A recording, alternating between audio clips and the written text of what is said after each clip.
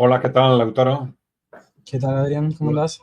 Hola a los que nos seguís. Buenas noches, bueno, buenas tardes, buenas noches, según el país. Ya sabéis que estoy con vosotros los jueves a por la tarde o por la noche, efectivamente, pero a las 11 de la noche, hora Madrid. ¿Mm? Bien, hoy vamos a seguir el programa, como siempre, con la ayuda de Lautaro Chazarreta. Y aunque en principio todo el mundo está hablando de lo que está pasando en Siria, y bueno, algo sí será conveniente hablar sobre este tema, pero la idea es que centrarnos en otro tema de una gran actualidad y que precisamente quizás como consecuencia del impacto de lo que está sucediendo en Siria, pues no se le está prestando quizás tanta atención o no una atención tan sistemática, ¿no? Se trata de lo que está pasando en distintos países occidentales o de influencia occidental, como son Corea del Sur, como es Rumanía o como es Georgia. Algunos dicen que también Moldavia, pero bueno, es un caso menos claro, ¿no? Y tenemos dos casos, como en Corea del Sur o en de Rumanía, donde, bueno, claramente podemos hablar de golpe de Estado institucional y en el caso de Georgia de una revolución de colores en marcha, ¿no? Nos encontramos ante distintos casos que vamos a comentar por separado, pero que nos revelan una situación de crisis estructural del sistema liberal occidental y que merecen seguramente, esto merece una reflexión de conjunto, ¿no? Este es el objetivo del programa de hoy. Pero bueno, podemos empezar diciendo alguna cosa sobre Siria. Si quieres, empezó explicando, Lautaro, si te parece, empiezo explicando un poco, pues bueno, algunas novedades de, en relación con cómo está avanzando nuestro análisis sobre este tema, ¿no? En función de de que se vayan conociendo más datos.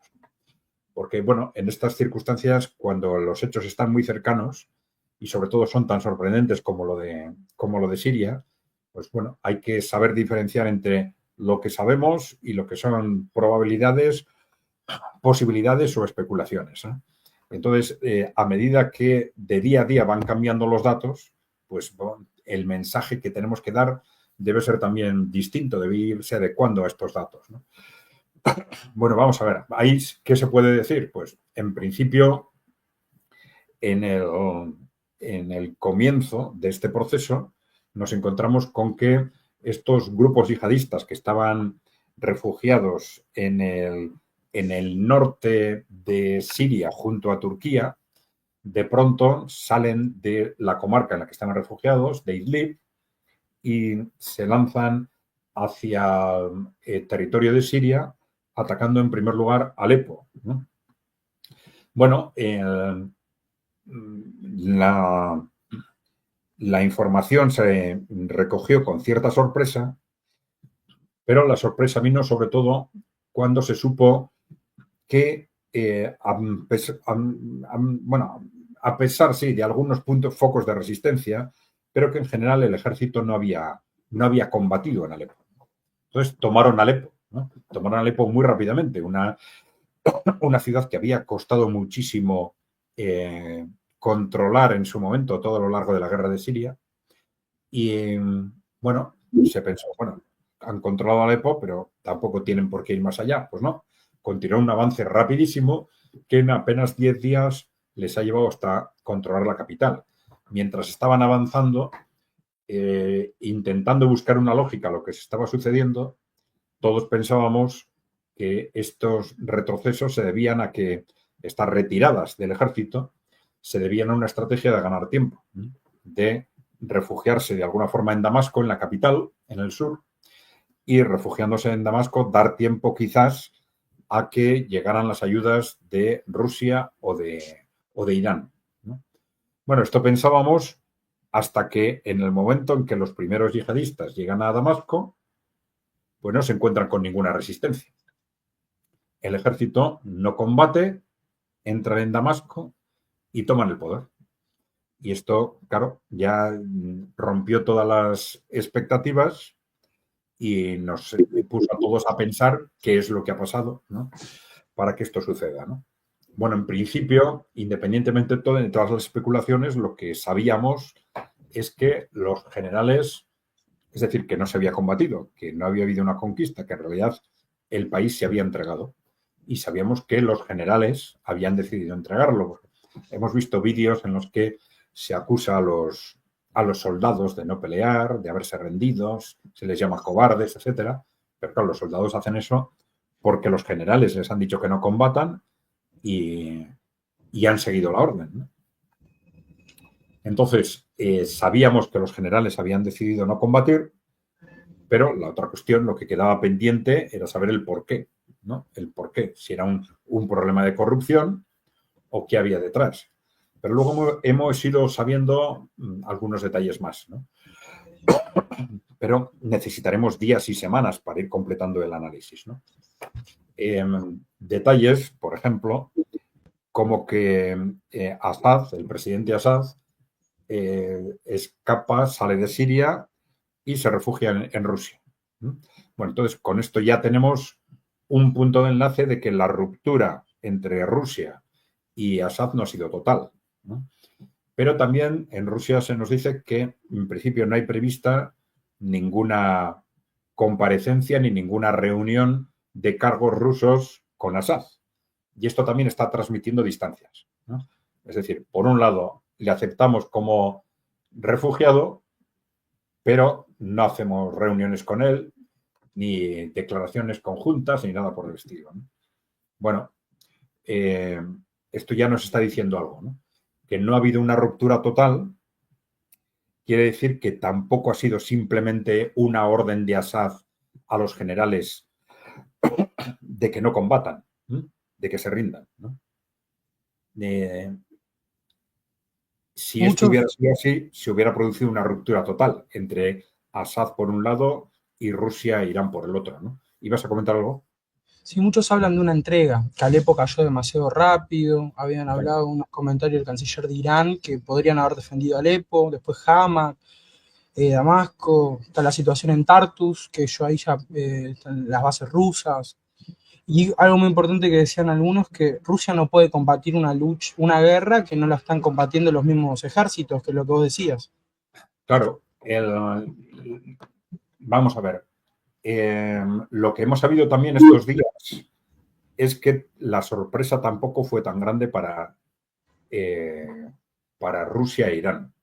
Es decir, que al final, de una forma u otra, todos los interlocutores sabían que esto o algo así estaba pasando. Entonces, lo que no sabemos es si, y sabemos que hubo conversaciones entre ellos, por lo menos entre Rusia, Irán y Turquía, que ha sido el principal apoyo de estos yihadistas, ¿no? Aparentemente, ¿no? Porque sabemos que detrás, como siempre, también han estado Estados Unidos e Israel, ¿no? Pero el apoyo directo de estos yihadistas es Turquía, ¿no? Entonces, claro, el panorama empieza a cambiar un poco, ¿no? Porque si han hablado antes, esto ya nos sitúa ante un contexto de que puede haberse, este movimiento se puede haber tomado de mutuo acuerdo, ¿no? Que no tiene por qué haber sido una iniciativa de los generales por sí mismos, sino que puede haber sido de Assad y de alguna forma inducido desde Irán y Rusia, ¿no? Inducido desde Irán y Rusia, pero claro, esto también tiene dos interpretaciones distintas, porque puede ser, no es lo mismo que Irán y Rusia, quizás junto con Assad, tomen esa decisión antes de que pase nada, o una vez que ha estallado el conflicto, dicen, bueno, esto es indefendible, ¿no? Este país es indefendible, no vamos a entrar en una guerra de años para defenderlo, ¿no? Puede ser, ¿no? Claro, porque no es lo mismo, en la línea de lo que tú comentabas, ¿no? Ayudar a Rusia, por ejemplo, desde la perspectiva, perdón, ayudar a Siria desde la perspectiva de Rusia con 3 o 5 mil combatientes, ¿no?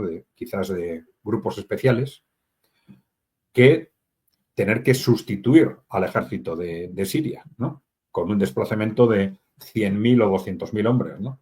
No es lo mismo. Eso, Rusia en este momento sería un disparate que lo hiciera, teniendo en cuenta que tiene que estar centrado en Ucrania, sobre todo en este momento, ¿no?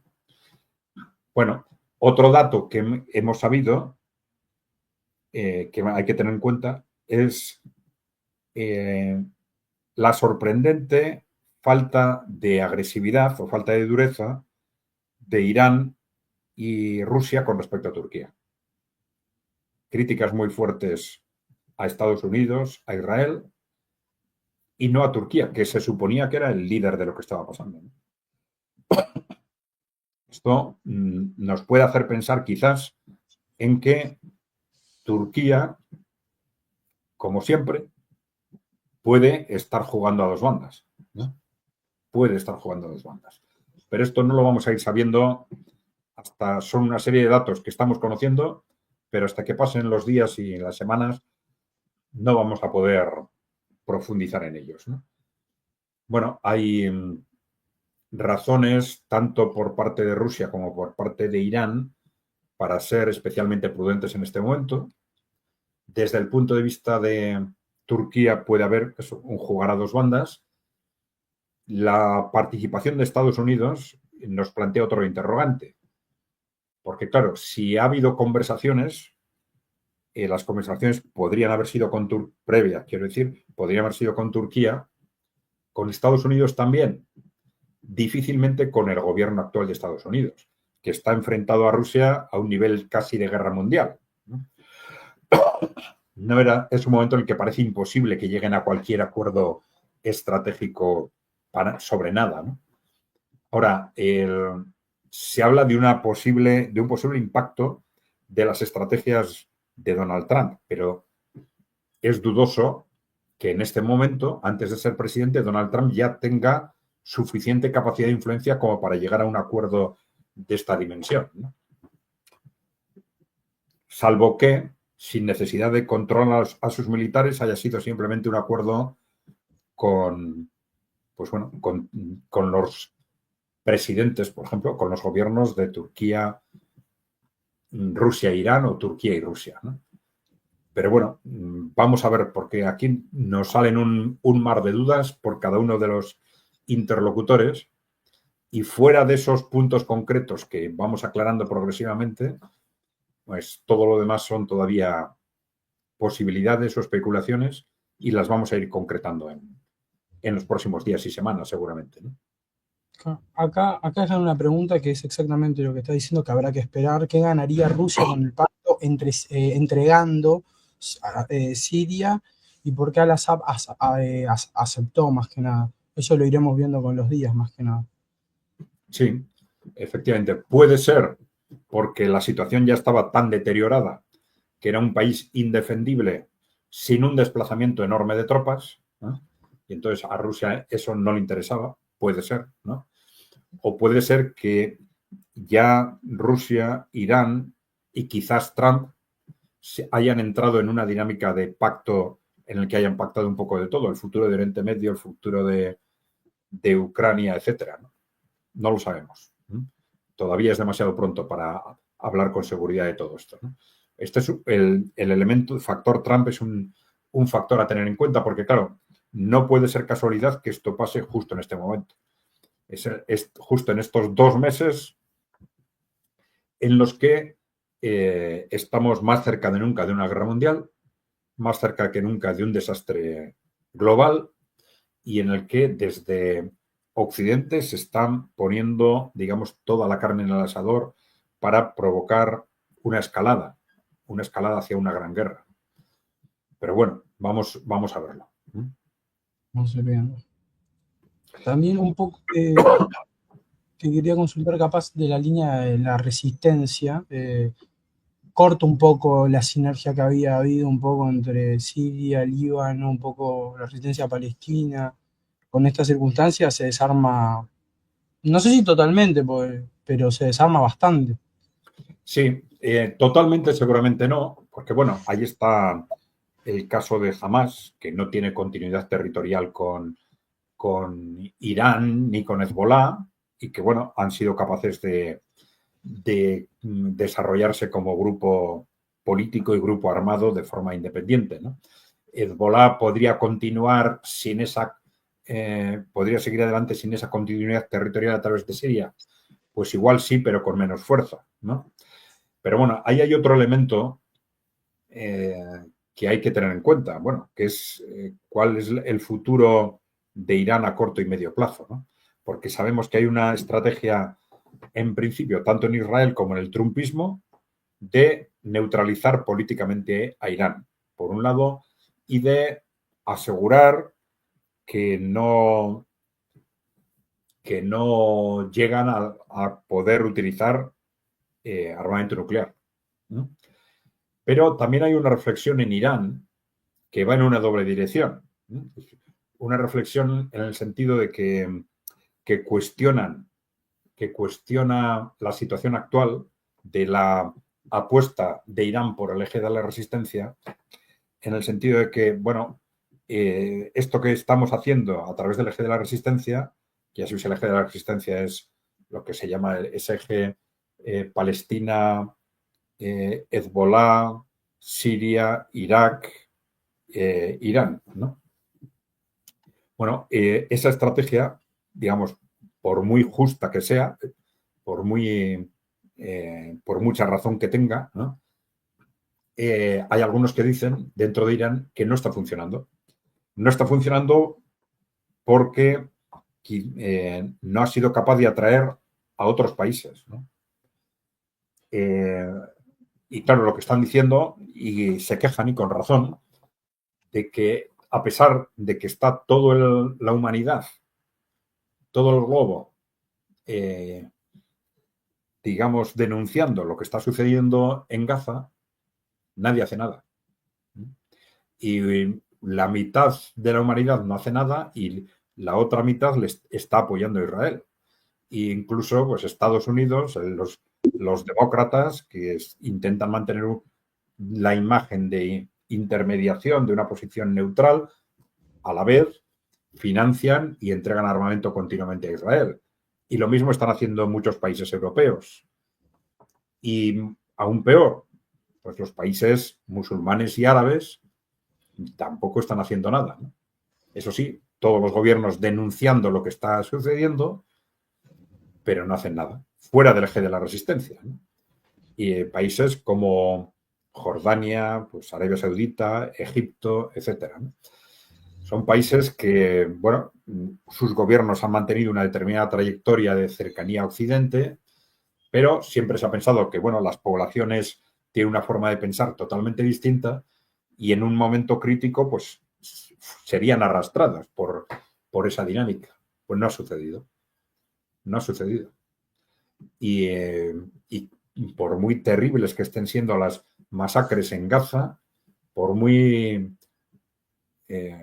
demoledoras que sean las imágenes que vemos de las carnicerías que se producen un día y otro, el eje de la resistencia no se amplía, ni se movilizan a otros países.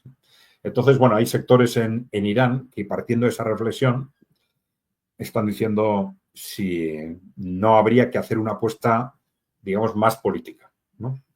Más política, menos militar, que no enfrente tanto a unos países musulmanes con otros, sino que sea capaz de conseguir un cierto consenso con más países, ¿no? Bueno, pero mientras se está desarrollando esa reflexión política, luego tenemos ya a muy corto plazo un gobierno, un mandato de Trump que viene con una amenaza directa contra Irán, ¿no?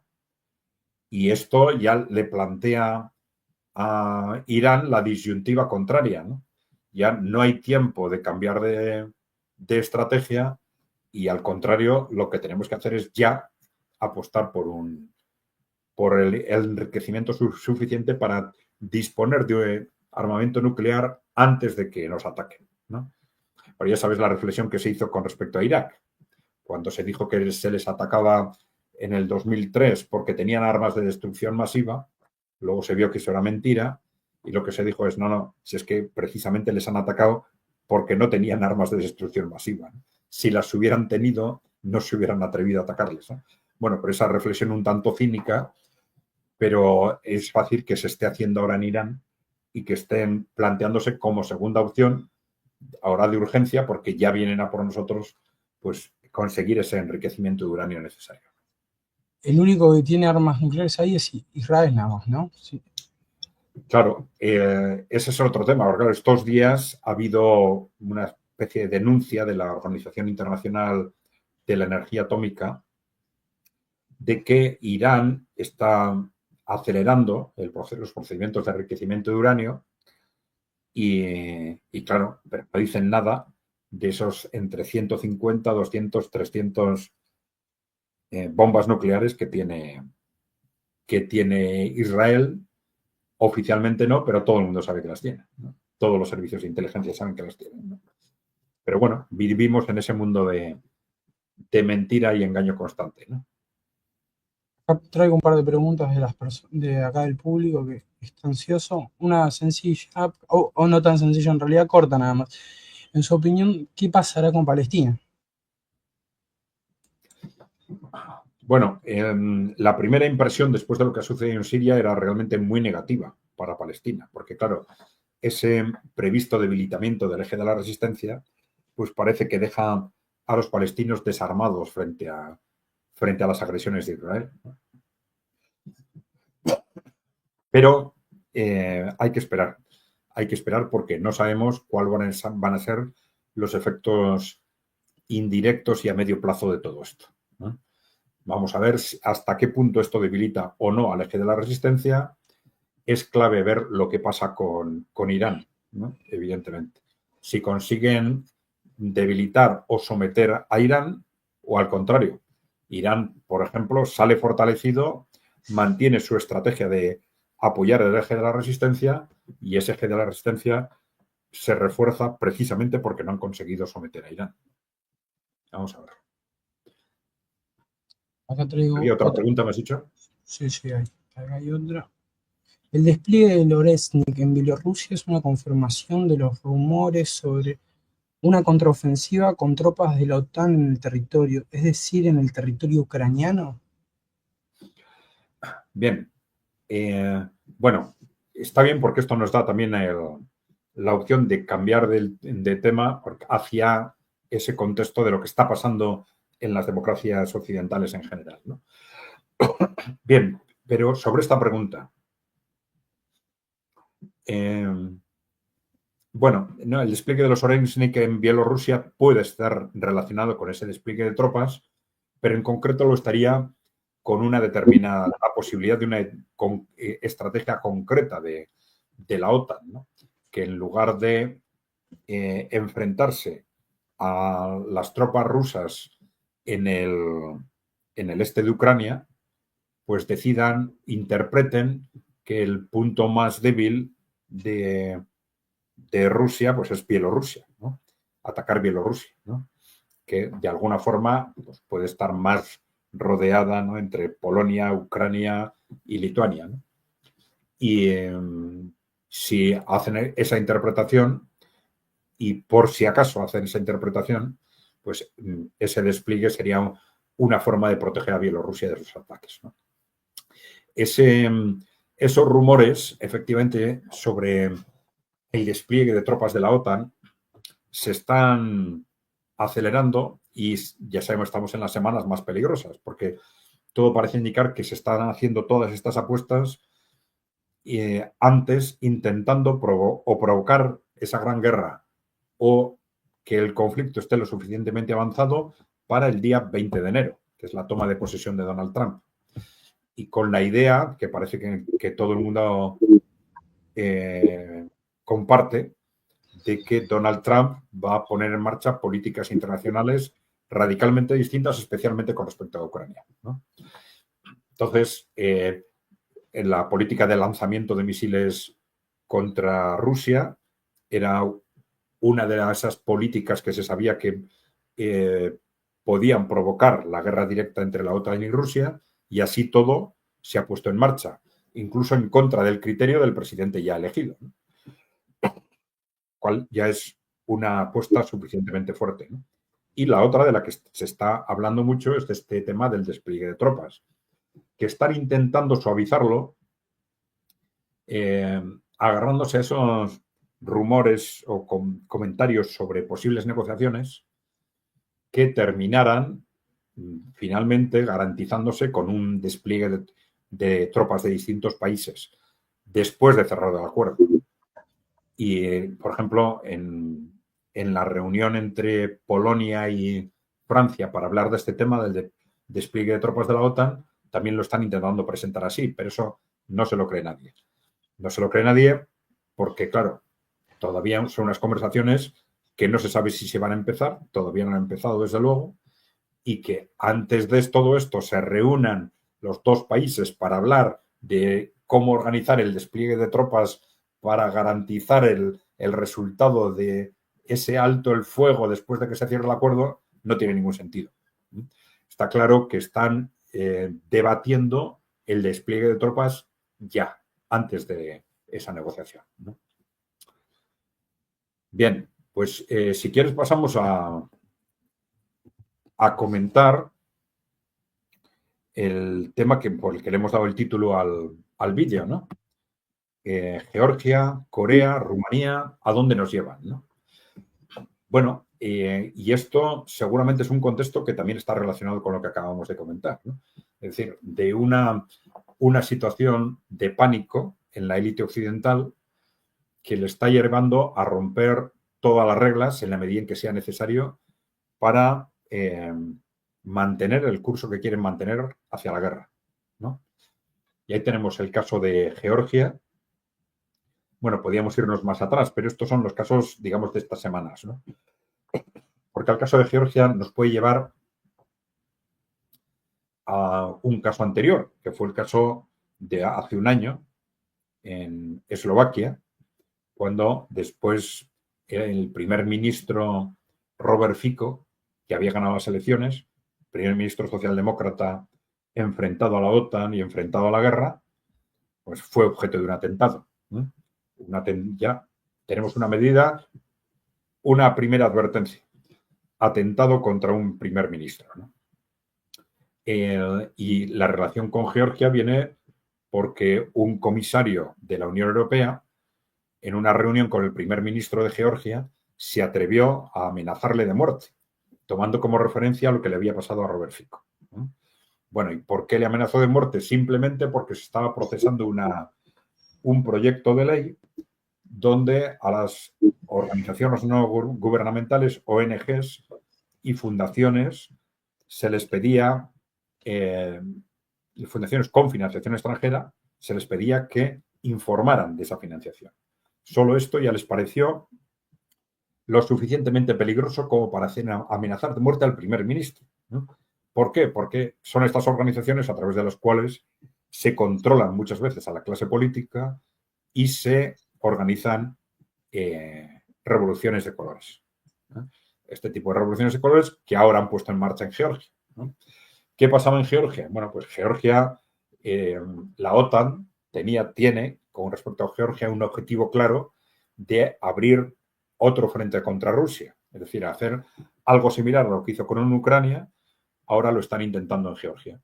Como el gobierno de Georgia no se presta a ello, pues le están organizando una revolución de color, una aparente revolución, pero que está perfectamente organizada desde el exterior y obedeciendo siempre a los mismos procesos, ¿no? Muy similar a la revolución de colores, que al final fue un golpe de Estado en Ucrania en el 2014, ¿no? Y con un objetivo similar. Entonces era golpe de Estado en Ucrania para poner un gobierno enfrentado a Rusia. Ahora es golpe de Estado, por el momento, revolución de colores en Georgia, con el fin de tumbar al gobierno para poner un gobierno enfrentado a Rusia, ¿no? Y de ser posible que le abra ya un frente por el sur, ¿no? Pero tenemos el caso también de Corea del Sur, que es lo que se puede llamar un autogolpe, ¿no? Un autogolpe de Estado en el que el propio presidente quiere imponer la ley marcial, disolver el Parlamento, etcétera, y con una clara voluntad de militarizar el país para ir a la guerra contra Corea del Norte, ¿no? Bueno, y a esto es un autogolpe que ha salido mal, ¿no? Al menos por el momento parece que ha salido mal. Y luego tenemos el otro autogolpe de Rumanía, donde se ha llegado, y esto ya es un escalón más desde un punto de vista, si se quiere, político, porque Rumanía es un país de la Unión Europea, de la OTAN, ¿no? Y en Rumanía lo que se hace es simplemente anular las elecciones porque las ha ganado una persona que es antiguerra, antiguerra y anti-OTAN. Y dice, bueno, no vamos a aceptar que gane las elecciones un nuevo Orbán o un nuevo Fico y anulamos las elecciones, ¿no? Bueno, podríamos entrar en el análisis en concreto de lo que ha pasado en cada uno de estos casos.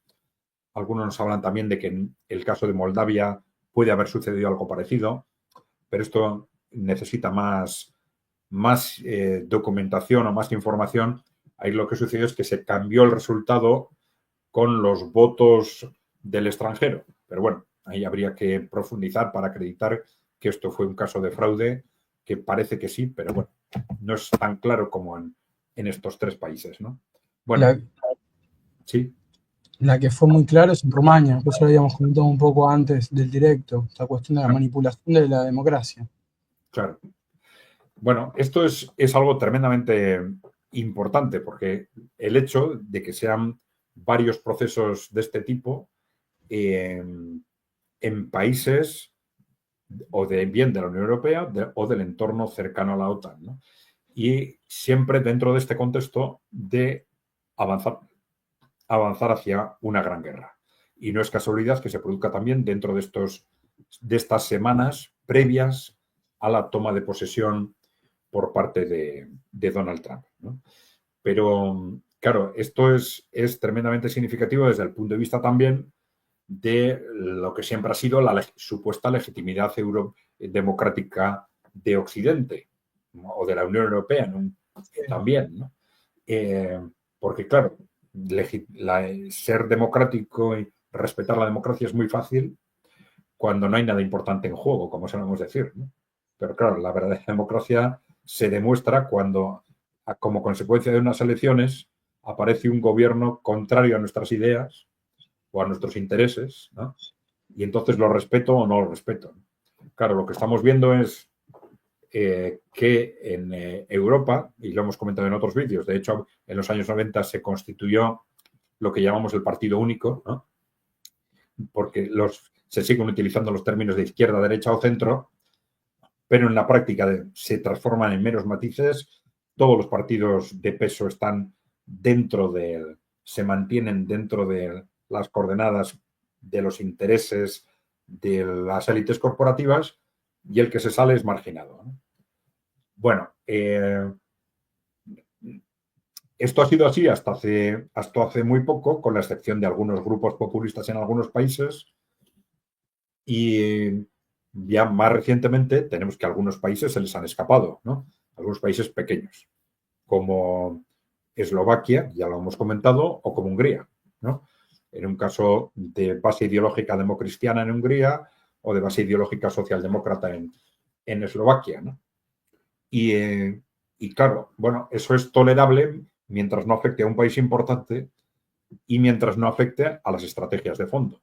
Pero claro, tanto en Rumanía, Georgia, Corea del Sur son países claves en esas estrategias de guerra, ¿no? Y eso quiere decir que no se considera en esos países tolerable que lleguen al poder o se mantengan en el poder personas o grupos que no se plieguen a las estrategias de esos intereses corporativos, ¿no? Algo similar podría suceder también fuera de esos contextos, vamos a decir, cercanos al enemigo, por decirlo de alguna forma, en los grandes países europeos, ¿no?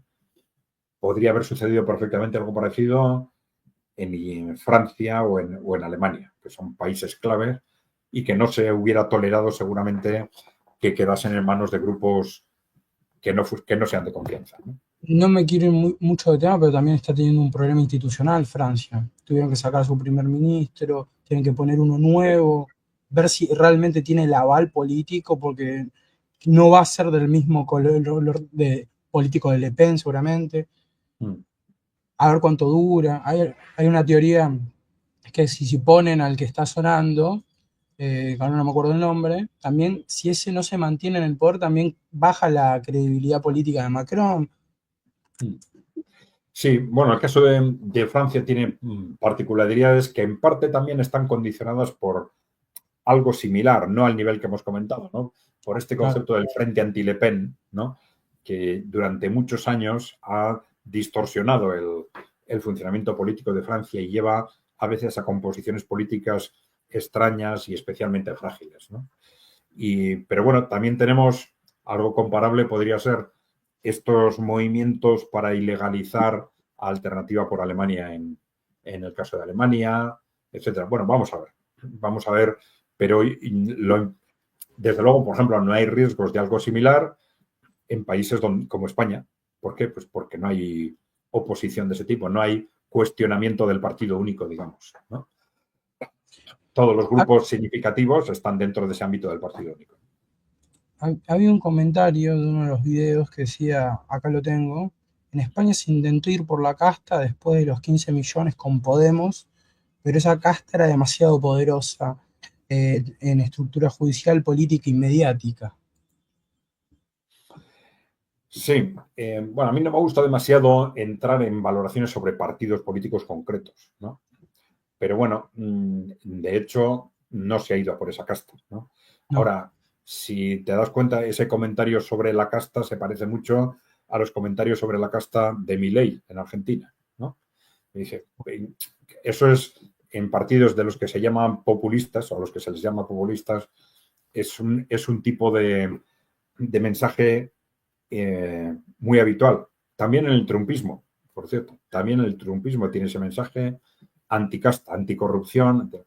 Pero claro, el problema es, bueno, primero que eso sea creíble y eso se ve en el gobierno. No decirlo no nos sirve de nada. Si luego llegas al gobierno y no lo haces. El trumpismo también llegó al gobierno y no lo hizo. También tiene argumentos para decir por qué no lo hizo. No le dejaron, ¿no? Pero bueno, es lo que dicen, es lo que dicen ellos. claro, siempre todos los grupos políticos que no hacen lo que decían es que no pude hacerlo. ¿Sí? Bueno, pero no pudiste hacerlo, luego has denunciado, has explicado qué puedes o qué hay que hacer para poder superar esos problemas. Bueno, esto podría darse muchas vueltas en cada caso. Lo mismo en el caso de Trump que en el caso de Podemos en España, por ejemplo. Para no irnos tanto, volver a Rumania y los problemas democráticos, también acá hay un comentario que lo estoy buscando. Eh, por lo que he oído comentar, a los jóvenes comienzan a abandonar la democracia.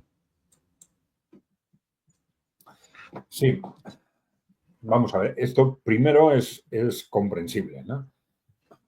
Que crezca el escepticismo cuando ves, bueno, cuestiones como estas, ¿no? Que no son del todo nuevas, ¿no? Pero que hacían muchos años que no se veían, por ejemplo, en Europa, ¿no? En Latinoamérica, pues se han conocido golpes de Estado, ¿no? Golpes de Estado dados cuando gana las elecciones un gobierno que no me gusta. Gana las elecciones un gobierno que no le gusta a los poderes existentes o al ejército, tenemos un golpe de Estado, ¿no? Esto hacía mucho que no sucedía en Europa. Quizás teníamos casos de la Guerra Fría, como por ejemplo los procesos que se pusieron en marcha contra el Partido Comunista Italiano para asegurar que el Partido Comunista Italiano no llegaba al poder. Podría ser algo similar, ¿no? Poner en marcha organizaciones terroristas, crímenes seleccionados contra determinadas personas, todo para asegurar que el Partido Comunista no llegara al poder. Bueno, que al final está en el mismo contexto, ¿no? Ahora, aquí lo que sorprende es, pero tiene lógica por la situación actual, ¿no? Si vemos cómo en los últimos años esos intereses corporativos están cada vez más nerviosos, esto les ha ido llevado a cuestionar lo que en teoría eran principios democráticos sagrados históricamente, como por ejemplo, pues la censura, ¿no? La libertad de expresión, primero en las redes sociales, luego cada vez más abiertamente, están apostando por la censura, ¿no? En Internet, ¿no? Bueno, esa es una expresión muy clara de que democracia sí dentro de un orden. dentro de un orden y siempre que mis intereses estén garantizados. En el momento en que veo que hay movimientos que están creciendo demasiado fuera de mis intereses, pues tomo medidas para asegurarme de que esto no pase, ¿no?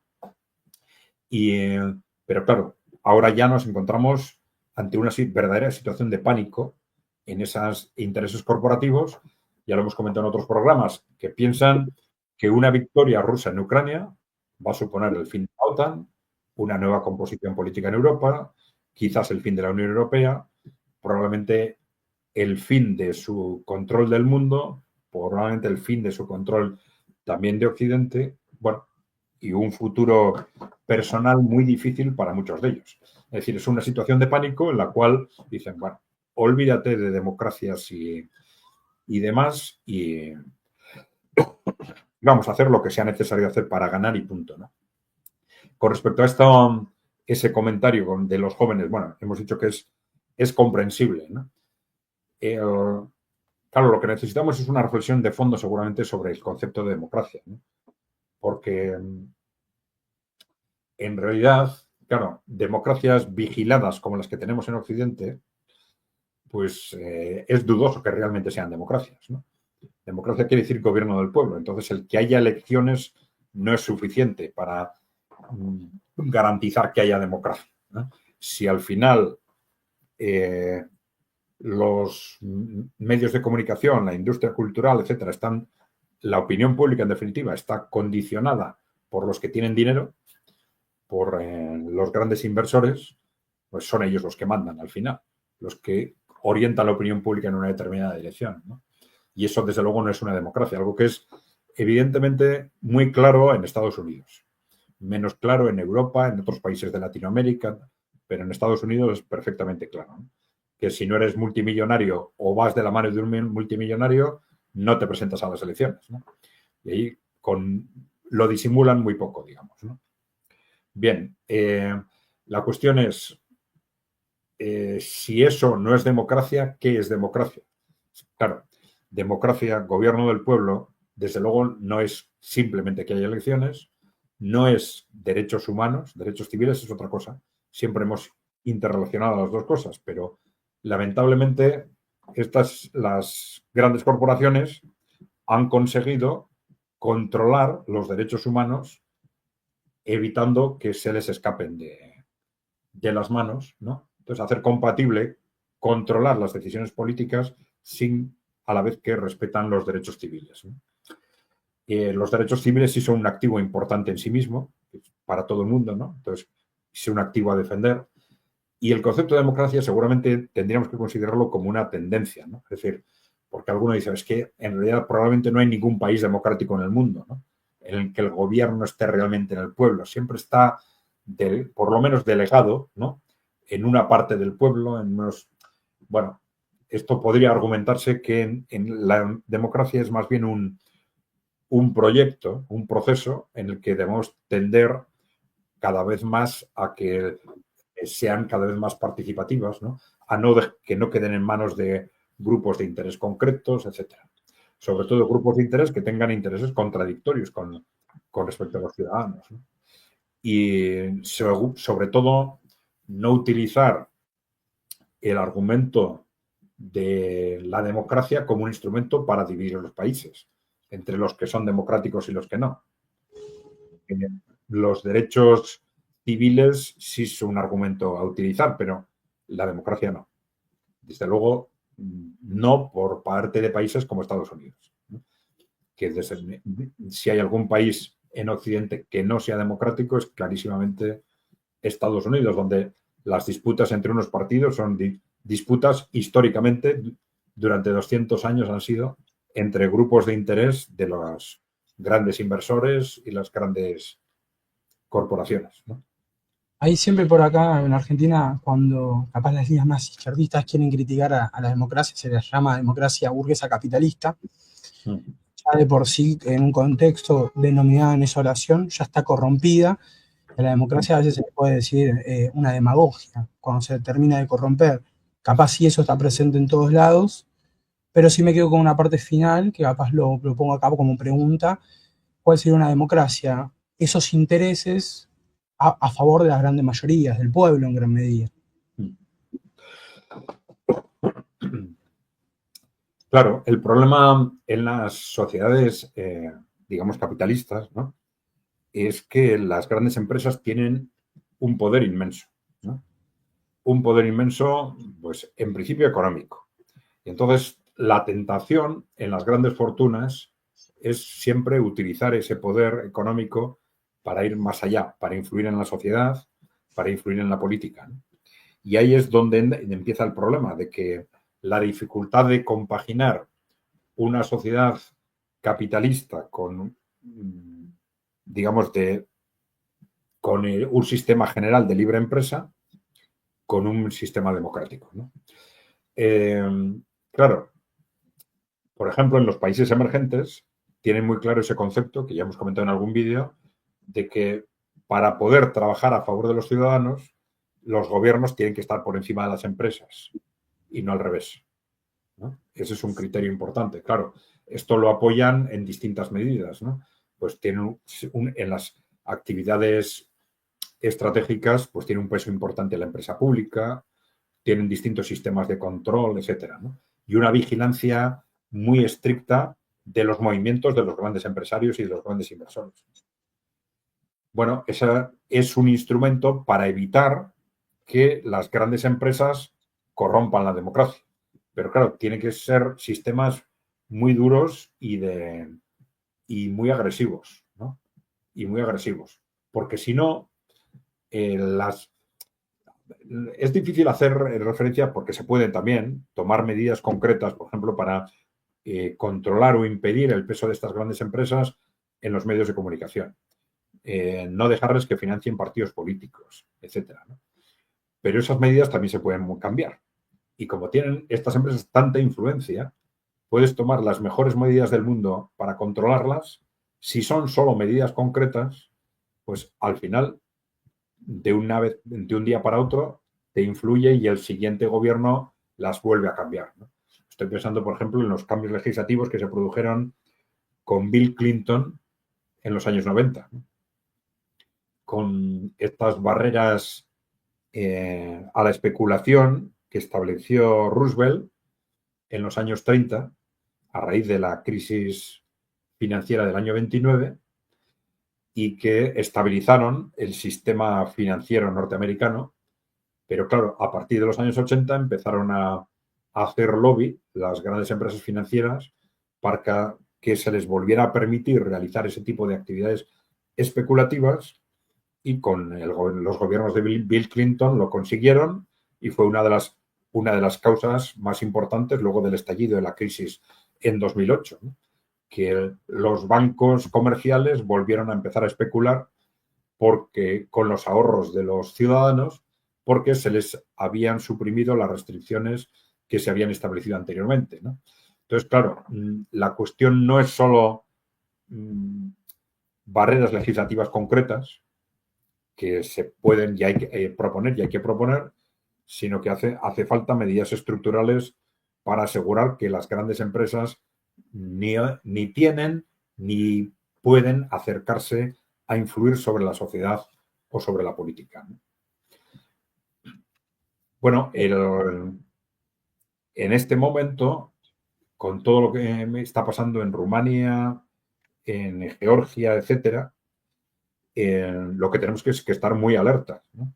Porque, claro, esto nos revela que esa élite corporativa que está en esa situación de pánico, pues puede ser capaz de cualquier cosa, ¿no? Todas estas amenazas con respecto a la censura pueden hacerse realidad en cualquier momento, ¿no? Podemos tener restricciones a libertades civiles también de cualquier tipo. Viendo lo que ha sucedido en Rumanía, si están dispuestos hasta simplemente anular elecciones, pues es que están dispuestos a cualquier cosa. Es decir, que la imagen les importa cada vez menos, ¿eh?, en este contexto crítico que ellos ven como crítico para su futuro, ¿no? Hasta donde estamos parados ahora, en Internet, recuerdo que hubo un momento una campaña en Wikipedia donde suspendieron el funcionamiento, siempre un lugar donde uno va a buscar fuente o apoyo bibliográfico que todo el mundo conoce, que bloqueó su acceso simplemente en forma de protesta porque el intento de regular Internet. Y regular Internet es igual a un proceso de censura altísimo, que bueno, a nosotros mismos en el canal y en los diferentes canales que fueron censurando, es un problema directamente para la opinión pública. Sí, no, a nosotros nos han cerrado cuentas en varias redes sociales. Yo creo que hasta 8 cuentas han sido, ¿no? En cuentas, por ejemplo, en LinkedIn y en Facebook, ¿no? En LinkedIn teníamos 300.000 seguidores y nos cerraron las cuentas, simplemente, ¿no?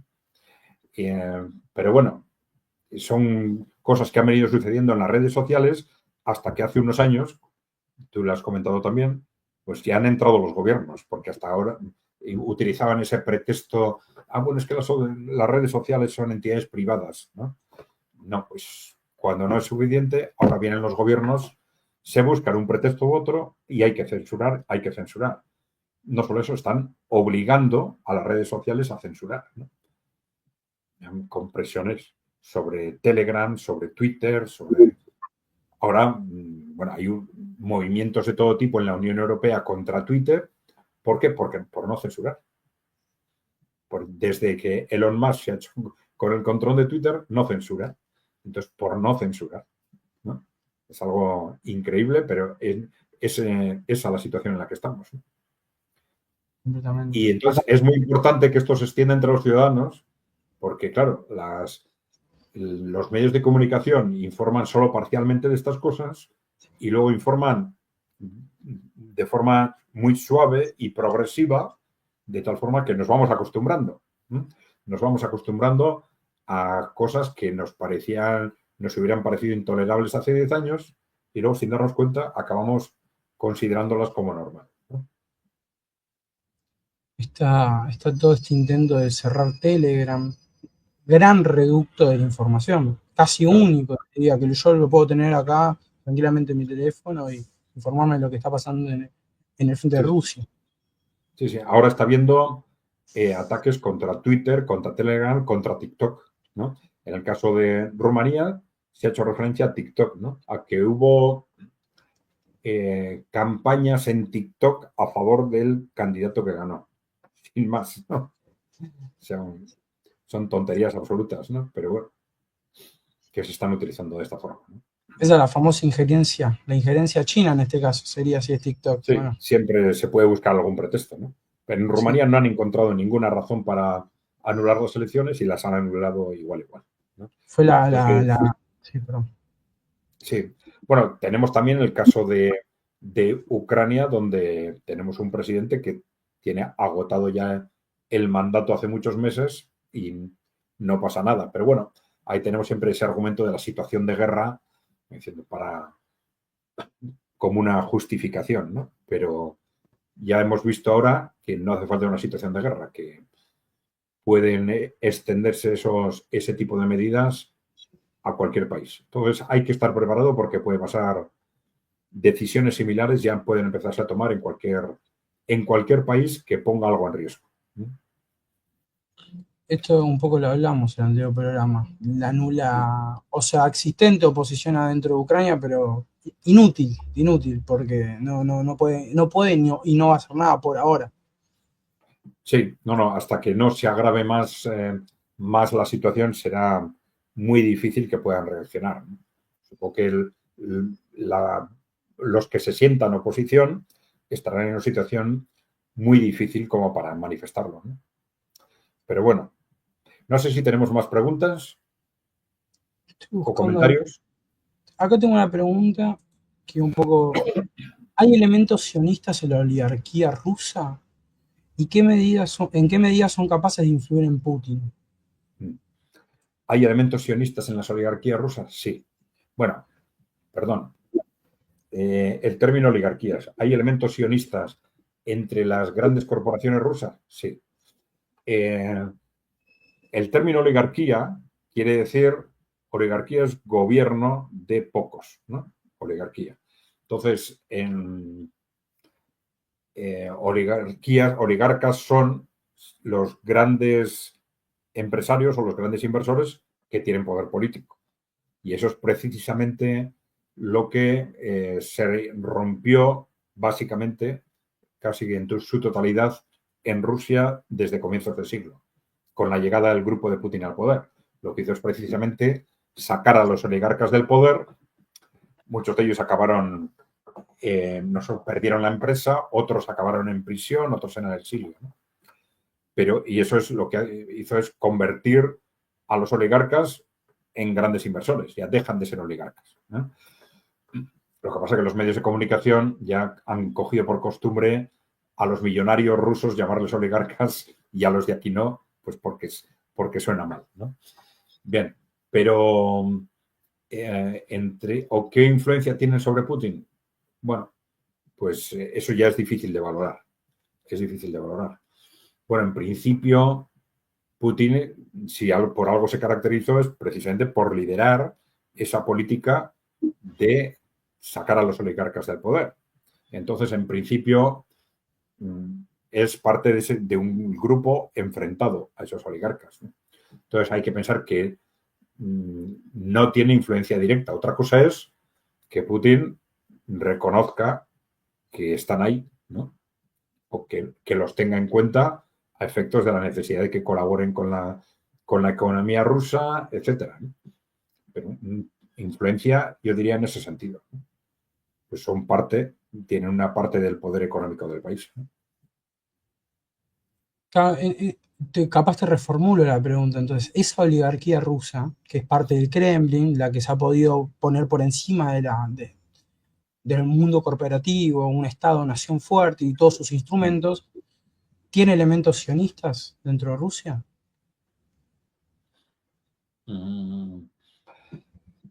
Bueno, vamos a ver, elementos sionistas, pues en principio no se detectan, en principio no se detectan. Bueno, pues siempre se puede pensar que habrá alguno, ¿no? Pero no se detectan. En principio, los elementos sionistas están entre los grandes inversores y las grandes corporaciones privadas. Perfecto. Bueno, yo lo Bien, llamo por ahora. ¿Querés alguna pregunta más o estamos? no, pues si te parece, lo dejamos así. Bueno, Dale. ya sabéis, estoy con vosotros los jueves por la tarde o por la noche, según el país, en principio a las 11 de la noche, hora Madrid, ¿no? Dejarnos preguntas o comentarios, que ya sabéis que contestamos no en este canal, sino en el canal de ECAI Center, que lo localizáis muy fácilmente en YouTube, con ECAI con K, Center con C. Ahí si nos dejáis preguntas o respuestas, preguntas o comentarios, en la medida en que podamos, pues los vamos respondiendo, ¿no? Bueno, y por supuesto, si no estáis suscritos, acordaros de darle a la tecla de suscribirse. Ya sabéis que es gratuito, o darle a like si os ha gustado el vídeo. ¿De acuerdo? Pues muchas gracias, Lautaro, por tu ayuda y gracias a los que nos habéis escuchado. Hasta la Abrazo, próxima. Adrián. Saludos.